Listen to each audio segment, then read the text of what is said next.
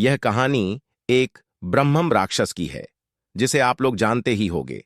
उस राक्षस का नाम है ब्रह्मम राक्षस है।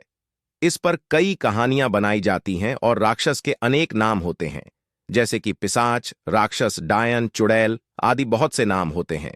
तो दोस्तों, चलो मैं अपनी कहानी पर आता हूं। हमारे गांव में एक ब्राह्मण रहते हैं, जिनका नाम दुर्जन सिंह है। दुर्जन सिंह को लोग दुर्जन जी कहकर बुलाते हैं। उनके घर से कुछ दूरी पर एक खेत था। उस खेत में एक बहुत बड़ा बरगद का पेड़ था। वह बरगद का पेड़ बहुत पुराना था। कुछ समय के बाद उन्होंने उस खेत पर घर बनाने की सोची। पहले वाला घर बहुत छोटा होने की वजह से उन्होंने खेत पर घर बनाने की सोची। उन्होंने उस बरगद के पेड़ को काटवाया और अपना घर बनवा लिया। कुछ दिन तो ठीक ठाक चला, पर कुछ दिन बाद दुर्जन जी बड़े परेशान रहने लगे। वह कभी पूजा करते और कभी नहीं। तो उनकी बीवी ने उनके बदले स्वभाव को देखकर पूछा कि तुम आजकल पूजा नहीं करते हो और आजकल बदले बदले से रहते हो, कभी बच्चों को डांटते रहते हो, तुम्हें हुआ क्या है? दुर्जन जी के चेहरे पर मुस्कान आई और वह कहने लगे, मेरे घर को तोड़कर अपना घर तो बना लिया है, और इसे क्या पूजा करने के लिए कह रही हो? मैं हितों भगवान हूं, इसे पूजा करने की कोई जरूरत नहीं है। वो कभी दांत मिचते, कभी बड़े प्यार से बोलते, कभी आंखें लाल तो कभी सही हो जाते।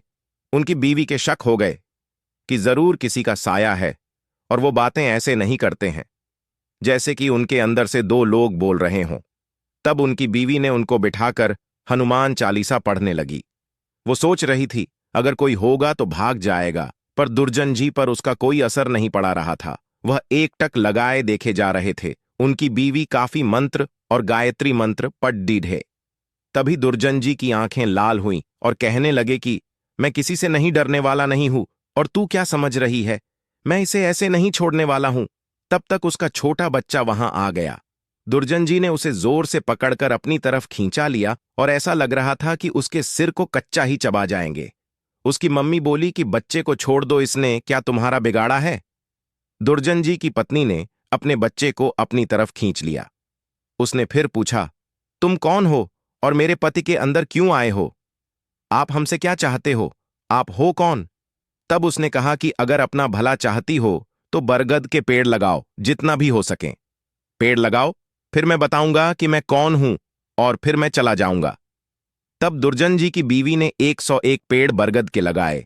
एक दिन उसकी पत्नी ने देखा कि आज दुर्जन जी सुबह उठकर पूजा पाठ करके आ चुके हैं। तब दुर्जन जी के अंदर जो साया था, उसने बोला, मैं तुम्हारे पति को आज छोड़ के जा रहा हूं। तुम सदा सुखी रहो, तुम्हारे आचार विचार बहुत अच्छे हैं।